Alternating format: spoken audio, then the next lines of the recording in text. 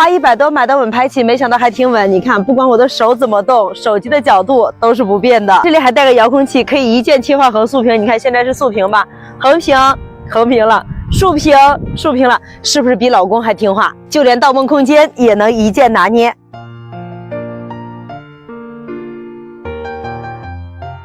把这个腿打开，它就是一个落地的小支架。我们配合遥控器，远程遥控拍照、拍视频。杆子拉开，它就是个自拍杆。不管是我们拍个自拍照，还是拍口播视频，再也不用担心它会抖动了。更重要的是，把它完全收起来，只有一个手机的大小，出门携带呀，那是更方便。